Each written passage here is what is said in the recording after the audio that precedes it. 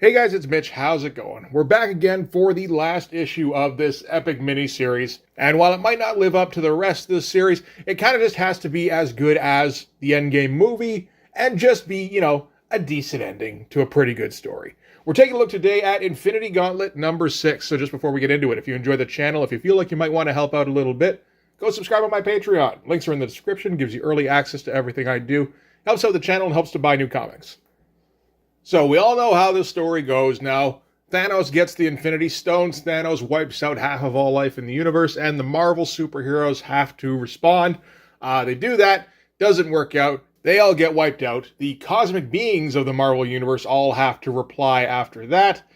They also can't get it done. What does eventually dethrone Thanos is his own psyche, because that's the Jim Starlin way. So in the last issue, Thanos defeated everybody, essentially, including Eternity himself, supplanted him, took over his spot as the living embodiment of reality, and then immediately lost control of the Infinity Gauntlet to Nebula, his maybe but probably not granddaughter, who he had been torturing for the last few months. And that's kind of where we are now. Thanos has since been drafted by Adam Warlock and what's left of the superhero army. It ain't much. So now all of them are heading back to the shrine to try and find a way to get Nebula to give up the Infinity Gauntlet. We're on the last issue, so chances are they will find something, but you never know, right? Maybe the last 30 years of comics never happened. Alright, so let's start with the cover on this one. It's okay. It's a decent cover. It may be the weakest one out of the series so far, just because the poses on Nebula and Thanos here aren't the strongest, but they are pretty solid at least. And, there's a bunch of characters on the cover, that always helps. There really wasn't a bad cover in this series. The only problem is that the cover to number 1 was so fucking good that it kind of set the bar too high, and nothing else has really come anywhere near it since. Which sucks, but on the other hand, very few comics in the last 30 years have been able to hurdle that particular bar. So anyway, let's get into this. So we're going to start things off with a big splash page, which is tradition now. Again, not really for any kind of wow factor a lot of the time, or even necessarily as sort of a front piece. If anything, it tends to be just sort of a transitional page to set you up for whatever the big double page splash is going to be. And I mean, early on in the series, it was something crazy by George Perez, so that was something. These days, it's usually something pretty good by Ron Lim. So let's see how he manages that. We start with Thanos meditating on the concept of power, which I believe he did in the first issue. So things are coming full circle a little bit. As far as the shot goes, this is Thanos reflected in the Power Stone, I would assume. And it's like, yeah, that's all right. Nothing wrong with that. And then we kind of cut to a big old flat shot of our remaining heroes and villain, or villainess. Not impressive. The plane is the bottom of the page. Everybody looks proper, which is good. They're the right proportion, they're the right size. There's a decent amount of detail going on in the background. Nothing spectacular, but enough to carry it over. It's just kind of like, yep, that's sufficient. Which is, kind of what we've been stuck with the last couple of issues. I think I've pretty much gotten over any kind of problem I had with Ron Lim, which really wasn't much of anything. It's just... it's always been a little bit of regret that we didn't get to see a full George Perez miniseries. But having gone through this and realizing just how much work Ron was probably doing, I don't think there's much else he could have done. It would have been really nice. Like, thinking about what George Perez would have done with this, probably would have been pretty spectacular, but what can you do? So we've got our Alliance who are confronting Nebula with the Infinity Gauntlet. Nebula only sees Thanos, Doctor Strange, and the Silver Surfer. In addition to the superheroes that she's also imprisoned. She doesn't see Adam Warlock. She has no idea he's there. I don't think she even knows who he is. So Thanos offers Nebula a chance to be his consort if she just kind of hands over the Infinity Gauntlet. And that kind of offends her a little bit, so she imprisons him in this stone kind of egg here. And we got Adam Warlock getting right up in her face and everything. So yeah, Doctor Strange and Surfer kind of confirm with each other that Nebula cannot see him because he stands outside the realms of chaos and order, which I think is something that probably came up in the Silver Surfer comic, but I can't remember exactly. I don't know why that means Nebula can't see him. It seems everybody else can see him just fine. You'd think of anybody, the person wielding the Infinity Gauntlet would probably be the one who could see through whatever fucking deal Adam Warlock's going on. Seems like only Nebula wielding the Infinity Gauntlet cannot see him. Thanos wielding it, fine, no problem. So Thanos kind of calls Nebula out, saying she doesn't have the intellect to come up with something interesting to do with the Infinity Gauntlet. And she's like, oh, like what? Like, not like you, right? She's like, well, yeah, look at everything I've accomplished so far. And just kind of getting under her skin. And he keeps kind of needling her, building her up. And eventually she gets to the point where she's not going to let the evidence of his reign stand. And at that point, Adam Warlock signals to Doctor Strange to do something magic-y. I'm sure that was the exact instruction. See, there, something magic-y happened. And she does like an Aladdin's lamp kind of thing and says, I wish that it was 24 hours ago, except that now I've got the Infinity Gauntlet, essentially. And then we get everything just kind of reverting to how it was. But it's a decent enough way to get there, because you're going to have to get there. I will admit, it's interesting how they did it in the movies, where it's just 5 years later and everybody just kind of pops back in. And everybody's got to try and find ways to fit all the returning people back into their lives. Like that is an interesting way to do things.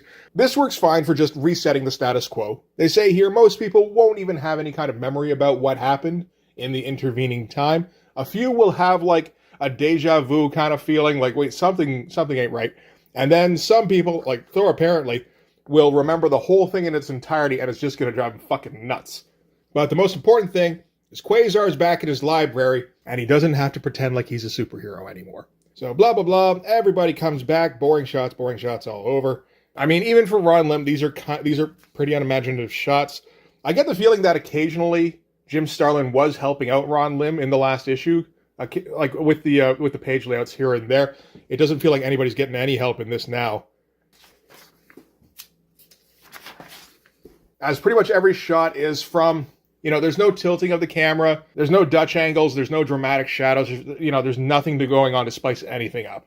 So we turn back to Thanos with Nebula, and of course, a result of things being as they were 24 hours previous is that Nebula is back to being an almost corpse, just with the Infinity Gauntlet at this point.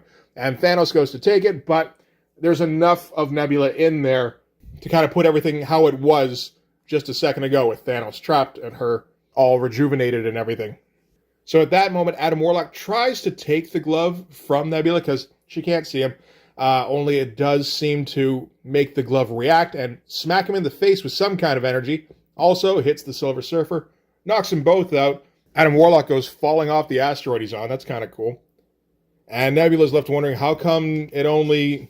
Well, she says, how come you two were left? Like, if she only saw the Surfer get shot, I would think she'd be like, why did it shoot him? Instead of, why didn't it shoot you too? But whatever. That leads her to conclude that Doctor Strange did something magic-y, which he did. Capital S, capital M. And Nebula turns to Thanos and goes, see? I've got everything under control here. And he's like, do you now? And turns around and of course, since it's 24 hours ago, all the celestial beings are showing up to party. It's not actually 24 hours ago. It's more like, let everything be as it was 24 hours ago. So just the state of everything is as it was back then. So they would all theoretically remember everything, right? So the celestial beings are all assembled. They're all aware of what the situation is. They're all aware of what their strategies were previously and that they didn't work. So they're all theoretically going to adjust their strategies accordingly. And we get the big old energy splash, which... I thought for a second might have been one of the splashes from Infinity Gauntlet number 5, but that's not the case. It's not really close. It's just, the same idea. And it just kind of occurred to me that with the time crunch that Ron Lim is very obviously under, he might have gone ahead and just reused a page, but, done a full-on Star Trek 6, but it doesn't seem to have been the case. So, meanwhile, Surfer wakes up, not on the rock. Well, I mean, he's on the rock, but his brain isn't on the rock. He wakes up in Soul World, so in the Soul Gem. This is unfortunate. We'll get to this in a second. But Adam Warlock and Silver Surfer, when the Infinity Gauntlet had its little alarm thing go off and just shoot at them both, it transported their consciousnesses both back to the Soul Gem. The reason being that this is where Adam Warlock is at his most powerful. So this, too, I guess, is also part of Adam Warlock's plan. His plan was very long-term and seemed to go down all sorts of tangents, I gotta say. But, okay, so he was supposed to end up back in Soul World, and Surfer was supposed to stay here to act as his... He says here, I'm in need of a spiritual anchor, and in order to fulfill that function, we must ellipses. And, I mean, given the panel here, it's pretty clear that ellipses equals bone? Anyway, we'll come back to that in a second. Back to the cosmic beings versus Nebula. So, they've decided to forego their plan of attacking one by one with all their different weird powers. They're all just going to go flat out firepower now and just try and overwhelm her, because we're still in the first little time period where Nebula is still adjusting to her cosmic senses. They figure maybe if they hammer her hard enough, again, we're talking about boning, they can kind of overwhelm her and possibly incapacitate her. And it's not a bad spread. Like, it's cool with all of the cosmic beings encircling her flying in. It's just somebody fucked up and didn't put it as a proper 2-page spread. I'm guessing they put this, and I mean, you know, they couldn't even put the ad on a different page. All it needed was one single page ad here, and then you got it as a spread here. You fucked it up, boys. And like I said, it's a shame, because, like, he is trying on this, and, like, it's not a bad 2 pages. And then we cut to Thanos watching with Doctor Strange, and Thanos, of course, is like, of course such a tactic would have proven futile against me. Which I like, that he's just kind of petty. Cut back to Warlock and Surfer, post their Brokeback scene, and they're like, now you know all that is Adam Warlock, and you, Norrin Rad, and what he likes. But no, they did the thing that Adam Warlock does, where he opens his soul to them, which again, could be a euphemism, but hey, doesn't matter. Don't know why he didn't do that with the Surfer beforehand either. But it's all fine. So now, Adam Warlock is going to grow inside the world of the Soul Gem. So deal is, what is it? He's like, once again, the universe needs saving. All sounds rather mundane when said like that, doesn't it? But that is what beings like you and I do. We defend reality, especially a reality in which a soul can expand to fill a need, where one such as I can reach out into the infinite and perhaps change the face of the cosmos. So he's like super ultra powerful in the Soul Gem, but the Soul Gem is still on the back of Nebula's hand and not actually its own reality. So I don't know what he's accomplishing there, but whatever. Back to Nebula, who is dealing with the cosmic beings, and she's adjusted well enough now that they pose no real threat to her. Decent shot, I suppose. Nebula looks cool, at least. And now it's all like cinematic flashes of just bits of scenes. Like Thanos here saying everything now depends on Warlock's timing. Surfer just calling out to Warlock in the void somewhere. He's got the Thanos thing going on where he's just the outline of himself against the cosmos. I guess that means he's like God in the Soul Gem now. I have this book. That book is not bad. Back to Pip and Gamora, who are hanging out now in Doctor Strange's place. Gamora got dropped off by Iron Man, and Pip is just kind of, I guess, vaguely aware of what's going on. He kind of tells Gamora that, hey, you blinked out and now you're back, so things seem to be progressing as planned. It's a weird little interlude that doesn't really feel like it fits here, but we needed something to fill a little bit of space to get to this. I don't know that we did. I mean, if we do the direct crossover from this here, that fits fine. But in the Soul Gem, Adam Warlock, as the god of the Soul Gem, reaches out to the other Infinity Gems and causes, like, Infinity Gem revolt. That's a pretty cool panel there, at least. And we get our big double-page splash aftermath of the cosmic battle between Nebula and the cosmic beings. And this, as a double-page splash, this is pretty fucking good. There is a lot of empty space, which is kind of a shame. Like, the big point of this is showing all of the cosmic beings trapped here in the shrine. And then you got Nebula, Thanos, and Doctor Strange, and then a whole bunch of just empty real estate. It's not empty. Like, it is all properly rendered and everything. Everything looks pretty good. There's a fair amount of detail going on, really. This is like the big shot for this issue, I think. It's just, it would have been nice if we could have, I don't know, somehow adjusted things so that more was filling up the frame. I don't have much of a problem with it, though. It is a pretty nice splash. And yeah, so she turns to Thanos, having defeated the cosmic beings, and goes, yeah, I won. What do you got to say to that? Thanos says, let there be disharmony, which Adam Warlock echoes. And big old flash in the Soul Gem. And yeah, Infinity Gauntlet Revolt. It kind of jumps off of Nebula's hand, I guess, and just lands on the floor here. It's not 100% clear exactly what happened there. There's never been any sort of indication that the gems have any kind of sentience whatsoever, or that the other gems have worlds within them. I don't think that's the case. So I don't know what reaching out to the other gems does, or how, like, he got the Infinity Gems to basically, buck her off. But once she doesn't have the gauntlet anymore, Thanos breaks free from the prison. You get the feeling he could have done that probably at any point. It's just she would have re-imprisoned him in something more solid. And since he's not bound anymore, Doctor Strange casts an incantation to summon some reserves to restrain Thanos, because, of course, the first thing Thanos is going to do is go for the Infinity Gauntlet again. He already learned that he doesn't actually want the Infinity Gauntlet, and that once he gets it, once he establishes his rule again, he's probably going to find a way to lose it. But curbing that instinct is extremely difficult for Thanos. And that's absolutely fine. That strikes me as realistic, actually.